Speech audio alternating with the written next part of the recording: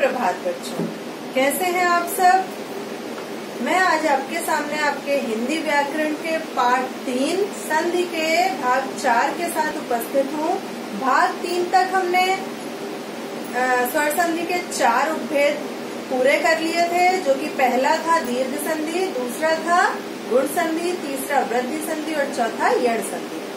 आज हम अयादि संधि पढ़ेंगे और व्यंजन संधि और विसर्ग संधि भी पढ़ेंगे, क्योंकि आपके में व्यंजन और विसर्ग संधि बहुत शॉर्ट में है। उसका जो व्यंजन संधि के जो नियम होते हैं वो नहीं है आपके में, तो आज हम ये पाठ पूरा करेंगे। ठीक है, स्वर संधि का एक उपभेद और व्यंजन और विसर्ग संधि। तो चलिए स्वर संधि का जो 5वां उपभेद है अयादि संधि, शुरू करते हैं उससे। देखिए बेटा, अयादि संधि किसे कहते हैं? यदि ए आए ओ औ के बाद कोई भी असमान स्वर आए, मतलब ए के बाद ए न होके कोई और स्वर हो सकता है, ओ के बाद ओ न होके कोई और स्वर हो सकता है। ठीक है, तो इनको अगर ए आए ओ औ के बाद कोई भी असमान स्वर हो तो ए के स्थान पर अय हो जाएगा परिवर्तित होके। अय का आय, ओ का अब, औ का आव। ठीक है, ये बन जाएगा। तो अब हम उदाहरण से पढ़ते हैं, तो चलिए शुरू करते हैं। देखिए यहाँ पे आपको बताया गया ए का अय और हलंत सब में रहेगा। ए का अय का आय, ओ का अब, औ का आव। ठीक है, और हलंत जब ये परिवर्तित होंगे ना तो हलंत अवश्य रहेगा, हलंत नहीं हटाएंगे। ठीक है, पहला उदाहरण ए का देखिए, चे जमा अन। तो चा में एक मात्रा है, इट मीन्स एक मात्रा के वजह से वो ए से एडी वाला ए है। ठीक है, छोटा वाला ए जो होता है, तो हमने ए अलग किया और अन को एज इट इज लिखा। क्यों इसको हमने अलग क्यों नहीं किया? क्योंकि हमें सिर्फ ए चेंज करना है, अन से चेंज नहीं करना है। यहाँ पे हमें बस ये देखना है कि ए से असमान स्वर है, यहाँ मीन्स ए के बाद ए नहीं है, अ है, तो हम इसको परिवर्तित करके ए का हम अय बनाएंगे। ठीक है, असमान स्वर है इसलिए हमने ए का अय परिवर्तित किया। अब च में हम अय जोड़ेंगे, च में अ जोड़ा तो च का हलंत हट गया, य में ये अन वाला अ जोड़ा तो य का हलंत हट गया, और न च य न। ऐसे ही अगर यहाँ होगा कि कोई भी वर्ण आ जाए, जैसे अगर आ जाए नयन, ने जमा अन, अगर वहाँ ने जमा अन आ जाएगा तब भी आप न से ए अलग करेंगे, ए का अय बनाएंगे, फिर नीचे उसका जोड़ के नयन बन जाएगा। ठीक है, अब हम इसका अय वाला एग्जाम्पल देखते हैं। ऐसे ऐनक जिसमें 2 मात्राएं होती हैं। ग जमा इका, ग में 2 मात्राएं हैं, इसका मतलब यहाँ पे हम अय अलग करेंगे। ठीक है, और देखिए अय के बाद ई है, असमान स्वर है, तो हम अय का आय कर देंगे। ठीक है, अय का आय हो गया। अब हम इसको जोड़ेंगे, ग में ये बड़ा आ तो गा, फिर य लिखेंगे, य में हलंत हटेगा जब ये छोटी ई की मात्रा के रूप में छोटी ई इसके साथ में लग जाएगी, ये हो जाएगा, और का गायिका। ठीक है, अगर यहाँ पे होता न प्लस अक तब भी बन जाता नाय और अक नायक। ठीक है, आय का आय हो जाता, न में आय जुड़ेगा तो नाय और अक नायक। ठीक है, अब हम ओ का एग्जाम्पल देखते हैं। ओ से ओखली, जिसमें एक मात्रा होगी, एक खड़ी पाई और मात्रा। ठीक है, देखिए पो जमा अन, पो जमा अन, प में हमने ओ अलग कर दिया और हमने अन एज इट इज लिख दिया। अब देखिए ओ के बाद अ है, इट मीन्स असमान स्वर है, तो हमने ओ को अब में परिवर्तित कर दिया। ठीक है, ओ को अब में परिवर्तित करने के बाद अब हम इसको जोड़ेंगे, तो कैसे जोड़ेंगे? प में अ जुड़ गया तो प, व में अ जुड़ गया तो व, और न पवन, पवन। ठीक है, इसके बाद हम आते हैं प जमा अक। प अ है तो प से हमने अ अलग किया और अक। ठीक है, अब अ के बाद अ है तो हमने अ को आव में परिवर्तित कर दिया।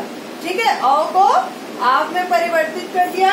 फिर हम इसको जोड़ेंगे तो प में बड़ा आ जोड़ा तो पा, व में अ जोड़ा तो व और क, पावक। ठीक है, पावक बन जाएगा। पावक मतलब अग्नि या आग। ठीक है, इस प्रकार आपका यहाँ पे स्वर संधि पूरी हो गई। इसके बाद अब देखिए अयादि संधि आपका था 5वां, ये पूरा हो गया तो आपका स्वर संधि यहाँ पूरी हो गई। इसके बाद आता है दूसरी संधि का दूसरा भेद, व्यंजन संधि। व्यंजन संधि किसे कहते हैं? व्यंजन के बाद स्वर या व्यंजन आने पर जो परिवर्तन होता है उसे हम व्यंजन संधि कहते हैं।